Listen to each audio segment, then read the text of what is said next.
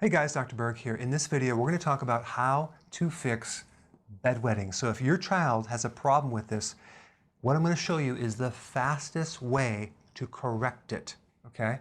Number one, you have to realize that the root cause of bedwetting is the exact same cause as adults getting up through the night peeing, and that has to do with higher levels of insulin.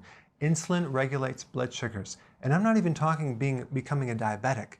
You could be a pre-diabetic for 10 years before you have any symptoms. But one of the symptoms of insulin resistance is excessive urination at night.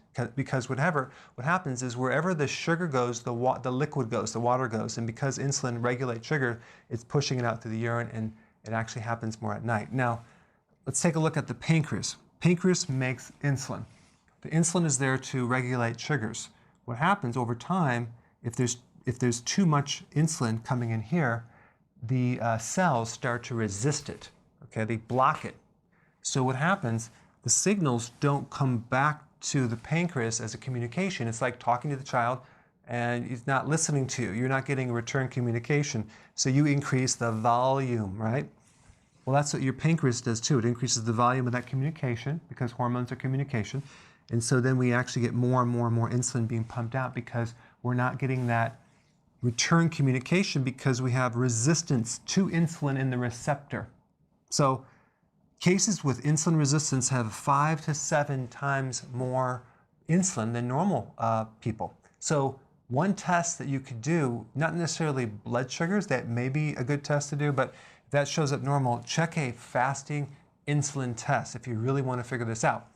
Or you can just go by the symptoms, which is tiredness, irritability, can't go a long time without eating.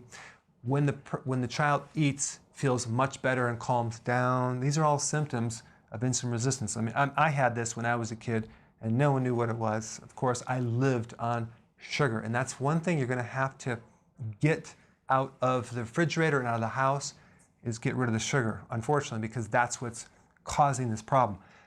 The key is doing 3 meals a day, no more snacks. So what you're going to have to do is you're going to have to make sure those meals have enough nutrition in them and also enough healthy fat. That will allow the child to go longer. I put some links down below for these healthy fat treats that you can make for the child. They're called keto bombs. So you make them, they're like little cookies, they taste really good, and you can give those to the child at the meal, not in between the meal. And that way, he or she is satisfied for the whole between the meals, okay? So then we got healthy fat, no snacking, lots of greens. You can't fix this insulin problems without vegetables because vegetables contain the potassium that we need to heal insulin resistance. And that's one of the supplements that you can find is some supplement with potassium if you're having a hard time. But we really want to go with the vegetables. Some kids will not consume vegetables. So what I like to do is do a shake. Maybe we put spinach or kale. I like kale. And I will, for kids, I'll put a banana in there. I'll do berries, and I'll blend it up as a shake. So here they have this salad in a drink. So that's one way to hide the vegetables and have them consume that. And it's pretty good if you can get them to do that.